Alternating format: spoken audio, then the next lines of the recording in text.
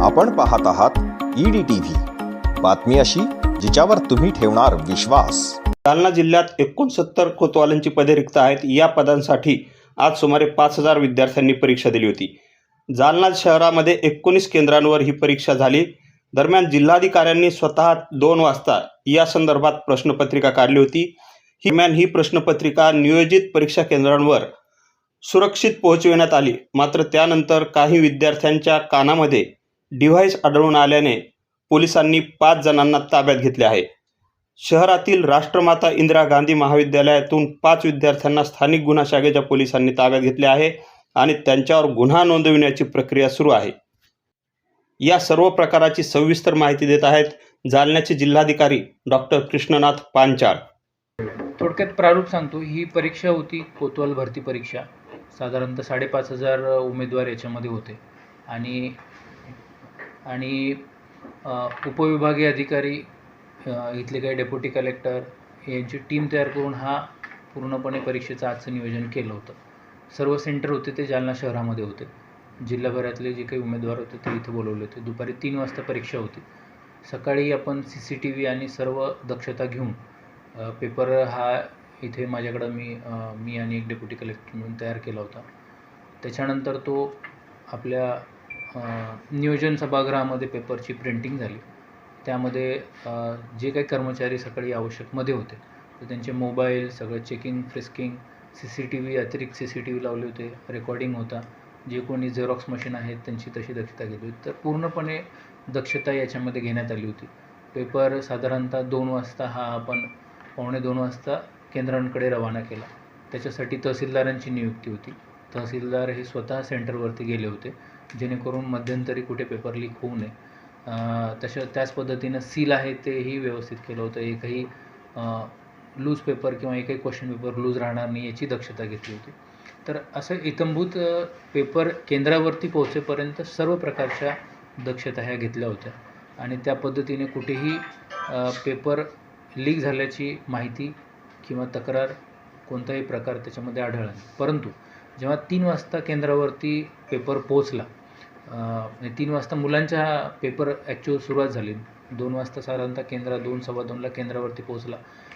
एक 15 मिनिट अगोदर तो केंद्रप्रमुख आणि त्या ह्याच्याकडे मिळतो। मुलांच्या स्वाक्षरी घेऊन ते त्यांच्यासमोर ओपन केलं जातं। ओपन केल्यानंतर पेपरला सुरुवात झाली आणि तेव्हा काही ब्लूटूथ डिव्हायसेस, अत्याधुनिक काही तंत्रज्ञानाचा वापर करून मग ते माहिती बाहेर, जे परीक्षेमध्ये विद्यार्थी बसले होते त्यांनी बाहेर ती माहिती दिली। बाहेर काही त्यांचे लोक टीम करून बसले होते आणि त्यांनी ते उत्तरपत्रिका जी आहे ते ब्लूटूथ एकदम छोटं कानामध्ये डिव्हाइस होतं आणि ती माहिती त्यांना उत्तरपत्रिका सांगितली आणि त्याच पद्धतीने काही ठिकाणी मोबाईलही आढळले आतमध्ये। तर तो मोबाईलमध्येही सॉफ्टवेअर असतो, तो इथे छोटंसं होल करतात शर्टाला, तेही असं 2 बटनच्या मध्ये, तेही बघितलं आणि ते फोटो काढतो आणि त्याच्यानंतर ते दुसरा आपोआप तिथे जातो आणि तिकडून तिकडं मॅसेज। ते सर्व जे आहे ते आता सायबर क्राईम तपास करत आहे। LCBला माहिती मिळाली होती। SP साहेबांसोबत मी कालीच ह्याच्यामध्ये संपर्कामध्ये होतो। आजची परीक्षा आहे त्यामुळे दक्षता पोलीस विभाग अतिरिक्त दक्षता याच्यामध्ये घेत होतं, कारण मागे काही आढळलं होतं की इतर जिल्ह्यामध्ये जरी प्रकार झाला असेल तर जालना जिल्ह्यातील काही व्यक्ती याच्यामध्ये सराईत आहेत वगैरे असे आढळले होते। तर त्यामुळे दक्षता ही जास्त घेण्यात येत होती पोलीस विभागामार्फत आणि LCB विभागाने त्यामध्ये चांगलं काम केलं। म्हणजे डिकोड केला, सेंटर कोणते आहेत ती माहिती काही आम्हाला मिळाली गोपनीय आणि त्या पद्धतीने मग सेंटरवर जाऊन तिथे महसूल विभागाचे कर्मचारी ऑलरेडी होते, ते गोपनीय याच्यामध्ये ते फ्रिस्किंग केली। त्याच्यानंतर आम्हाला जेव्हा हे लक्षात आलं पेपर चालू असताना गैरप्रकार होत होता, तेव्हा सेंटरवरती आम्ही नंतरही सूचना दिल्या की 4:30 वाजता पेपर जेव्हा संपेल तर तेव्हा कोणत्याही विद्यार्थ्याला जागेवरून हलू न देता तर त्यांचे स्वतः जे वर्गप्रमुख, तिथले केंद्रप्रमुख वगैरे होते, इन्व्हिजिलेटर, तर ते निरीक्षक जागेवर जाऊन त्यांचे कान त्यांनी चेक केले की आणखीन कुठे आहे का। आणि असंही मग त्याच्यामध्ये आम्हाला स्वतःही मी इथला इंदिरा गांधी कॉलेज जे आहे, राष्ट्रमाता इंदिरा गांधी कॉलेज, तर तिथे गेलो होतो आणि तिथेही पेपर झाल्यानंतर परत 3 विद्यार्थ्यांकडे आढळलं ते सध्या माहिती आहे की बदनापूरचे जे विद्यार्थी होते प्रामुख्याने तिथं आढळलेले आहेत. नाव आलेत का समोर? नावं आहेत, तपासाचा भाग असल्यामुळं तो एकूण किती जण आढळले असे सगळे असे? टोटल आकडा कंपाईल होतोय. तर 5 जण आहेत. 5 जणांना प्रायमा फेसी आपण 5 जणांना आता ताब्यात घेतलेलं आहे आणि आता त्यांचे जे डिव्हाइसेस वगैरे माननीय जिल्हाधिकारी सरांनी जे सांगितलं त्यानुसार सरांनी जी माहिती आम्हाला दिली होती त्यानुसार स्थानिक गुन्हे अन्वेषण शाखा जी आहे आमची त्यांच्या मार्फतीने आम्ही तो सर्व तपास आमचा सुरू आहे. आता प्राथमिकरित्या 5 जणांना ताब्यात घेतलेलं आहे आणि त्यांच्याकडनं जी माहिती मिळेल त्यानुसार बाकीच्या त्यामध्ये सहभागी असणारे जे कोणी आरोपी असतील त्यांच्या विरुद्ध पण कारवाई करण्यात. सर आम्हाला नावं नका सांगू आरोपींचे, पण केंद्र कुठले कुठले आहेत ते तर सांगायला हरकत नाही. राष्ट्रमाता इंदिरा गांधी किती महाविद्यालयाच्या विद्यार्थी तिथे? त्या ठिकाणी हा प्रकार निदर्शनास आलेला आहे. तिथल्या सेंटरवरचे हे जे काय आहेत म्हणजे सरांनी आता सांगितलं आपल्याला त्यानुसार तिथल्या 5 विद्यार्थ्यांना ताब्यात घेण्यात आलं एका सेंटरवर. एका सेंटरवर. हा पहिल्यांदा प्रकार कसा कळाला की एवढे हायटेक कॉपी होते? पेपर सुरू होण्याच्या अगोदर किती लोकांना पकडलं आणि पेपर कारण पेपर सुरू होण्याच्या अगोदर बाहेर कुठेही इन्फॉर्मेशनही नव्हती, इंटेलिजन्सची इन्फॉर्मेशन नव्हती पेपरच्या होती. जेव्हा पेपर सुरू झाला, जेव्हा हातामध्ये पेपर मिळाला तेव्हा तो अत्याधुनिक तंत्रज्ञानाचा वापर करून मग बाहेर पाठवला. म्हणजे पहिल्या 15 मिनिटं. हां, म्हणून पेपर असा लीक झाला. आपला पेपर लीकचा जो हे आहे, तर परीक्षा सुरू होण्याच्या अगोदर जेव्हा पेपर बाहेर जर मिळाला तर त्याला आपण पेपर लीक म्हणतो. त्या पद्धतीने प्रश्नपत्रिका तुम्हीच काढली नाही इथून सर? हा प्रश्नपत्रिका आलेले होते का? नाही, हा आपण इथे जिल्हा स्तरावर काढली. सुरुवातीला 3 मिळाले का? सुरुवातीला 3 मिळाले का?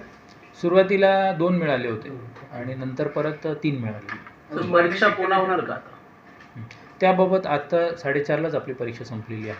हा LCB मार्फत जे CDR असतात त्याचे 2 प्रकार असतात. एक कॉल जेव्हा आपण करतो तेव्हाचा एक CDR असतो आणि जेव्हा WhatsApp वगैरे जेव्हा मेसेज पाठवतात तर त्याचा एक त्याला वेगळं नाव आहे. तर हां, तर तोही तपासणं चालू आहे. तर आज रात्रीतून उद्या हा तपास होईल. मग हा तसा पाहायला गेला तर गैरप्रकार आहे. मास कॉपिंग किंवा पेपर लिकेज हा एक वेगळा प्रकार असतो. त्याची जशी तपासणी उद्या होईल त्याच्यानंतर आम्ही पुढचा निर्णय घेऊ. तर हे जे परीक्षार्थी होते जे पकडलेले आहेत ते स्वतः परीक्षार्थी होते का ते स्वतः डमी होते बसलेले? एक डमी होता. एक त्यांनी फॉर्म भरला होता पण तो अनुपस्थित होता, बाहेर केंद्राच्या बाहेर होता. त्याच्या जागी दुसरा डमी होता आणि बाकीचे नाही, 4 तो वर्गात आलाच नाही. हो ना, म्हणजे डमी विद्यार्थ्यांनी परीक्षा दिली आहे का? नाही, जसा फॉर्म भरला त्याचा जेव्हा सेंटरमध्ये आतमध्ये जायचो तो गेला नाही, तो बाहेर सेंटरच्या थांबून होता. मग तो बाहेर कोऑर्डिनेट करत होता. एक विद्यार्थी डमी म्हणजे कसं की आतमध्ये त्याचा जर कोणी प्रतिनिधी जाऊन बसला, आतमध्ये त्याच्या नावावर कोणी जाऊन बसला नाही, ती जागा रिक्त होती. परंतु त्याचा जो मित्र होता त्याला तो कोऑर्डिनेट करत होता. सर, याच्यामध्ये बाकीचे 5 जणांमध्ये परीक्षार्थी विद्यार्थी किती आहेत आणि बाहेरून किती उचलले? परीक्षा हॉलमधून किती जण ताब्यात घेतले हे सगळं करत असताना आणि बाहेरून कोऑर्डिनेट करणारे किती जण होते? आणखीन आता माहिती जी आहे आमच्याकडे आता ताब्यात घेतल्यापैकी या 5 पैकी 4 जे आहेत ते परीक्षेच्या केंद्रात होते आणि एक होता तो परीक्षा केंद्राच्या बाहेर होता. म्हणजे माझ्या नावावर दुसरं कोणी बोगस देतं परीक्षा नाही, असं नाही. असं नाही. जे होते ते स्वतःच उमेदवार होते हां. परीक्षार्थी, त्यांनीच ते फोडलेलं आहे. येस. बदनापूरचं जो उल्लेख आहे तालुक्यातले आहेत ते. बदनापूर तालुक्यातले आहेत उमेदवार उमेदवार. जे आता 5 जण जर ताब्यात घेतलेत आपण सर, त्यातले जे 5 जण आहेत ते बदनापूर तालुक्यातले गावांमध्ये राहणार आहेत. यापूर्वी पोलीस भरती, तलाठी भरतीमध्ये आणि वनरक्षकचे जे पेपर फुटले त्यात एक मुख्य आहे तो बदनापूर तालुक्यातलाच होता. त्यापैकी कोणी आहेत का? त्याला पुणे पोलिसांनी अटक केली होती. आता याच्यामध्ये त्याचा काही संबंध आहे का हे तपासात निष्पन्न होईल. सध्या तरी आपण त्याच्याबद्दल काही बोलू शकत नाही आता याकडे. जालना शहरातल्या सेंटरवर किती जण पकडले आणि दुसऱ्या सेंटरवर किती पकडले? आपले 19 सेंटर हे सर्व जालन्यामध्ये होते. कारण इथे पेपर जो आपण देतो त्याच्यानंतर पेपरचा ट्रान्सपोर्ट वगैरे, तर त्यामुळे सर्व सेंटर 19ची इथंच होते आणि त्यामध्ये या सेंटरवरती आपल्याला हा गैरप्रकार आढळलेला. 19 परीक्षा जे केंद्र होते 19 केंद्र तर ते तालुकानिहाय होते. म्हणजे जसं जालना तालुक्यामधील जे उमेदवार होते त्यांच्यासाठी ठराविक 4 केंद्र, अंबडचे जे विद्यार्थी होते अंबड तालुक्यात त्यांच्यासाठी ठराविक 4 केंद्र, बदनापूरचे विद्यार्थी होते त्यांच्यासाठी ठराविक 2 केंद्र होते. म्हणून सर्व बदनापूरचे विद्यार्थी या 2 केंद्रांवरती होते. आता दोन्ही केंद्रावर सापडले. ह्या 19 केंद्रावर ज्यावेळेस विद्यार्थी परीक्षेसाठी आतमध्ये जात होते त्यावेळेस त्यांची पूर्णतः चेकिंग केली गेली नव्हती का? किंवा तेवढी यंत्रणा आपल्याकडे नव्हती का तिथे परीक्षा? असं मी बोलू याच्यामध्ये फ्रिस्किंग वगैरे जो पार्ट आहे त्याच्यामध्ये बंदोबस्तासाठी सर्व लोक असतात. याच्यामध्ये जे डिव्हाइस आहे, जे ब्लूटूथ डिव्हाइस असतं ते अतिशय सूक्ष्म असतं. ते कानामध्ये आतमध्ये जाऊन फिट बसतं. त्याच्यामुळे आपण वरून त्याला बघू शकत नाही. म्हणजे आपण जेव्हा त्याची चेकिंग करतो खूप खूप सूक्ष्म ते आहे. त्याच्यामुळे आतमध्ये कानामध्ये जेव्हा गेल्यानंतर तुम्हाला ते बाहेरून असं विजिबल होत नाही. त्यामुळे ही जी इन्फॉर्मेशन असते म्हणजे की जेव्हा आपल्याला माहिती मिळते की असं काही आहे तर त्या पद्धतीने आपण चेकिंग करतो. पण असं फ्रिस्किंग पण प्रॉपर असतं. त्याच्यामध्ये आपण मेनली काय बघतो, मोबाईल, इलेक्ट्रॉनिक गॅजेट्स वगैरे ह्या गोष्टी बघतो.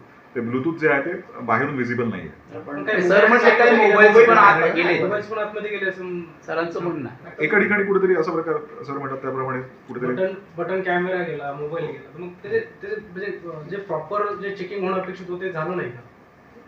एवढं 100% होत नसतं. कधी कधी एखादी गोष्ट नाही, असं नाही. मी सांगतो. कारण मोबाईल जातोय, डिव्हाइस जातोय आणि सरांनी सांगितलं की नंतर आम्ही तपासणी परत 3 आढळले.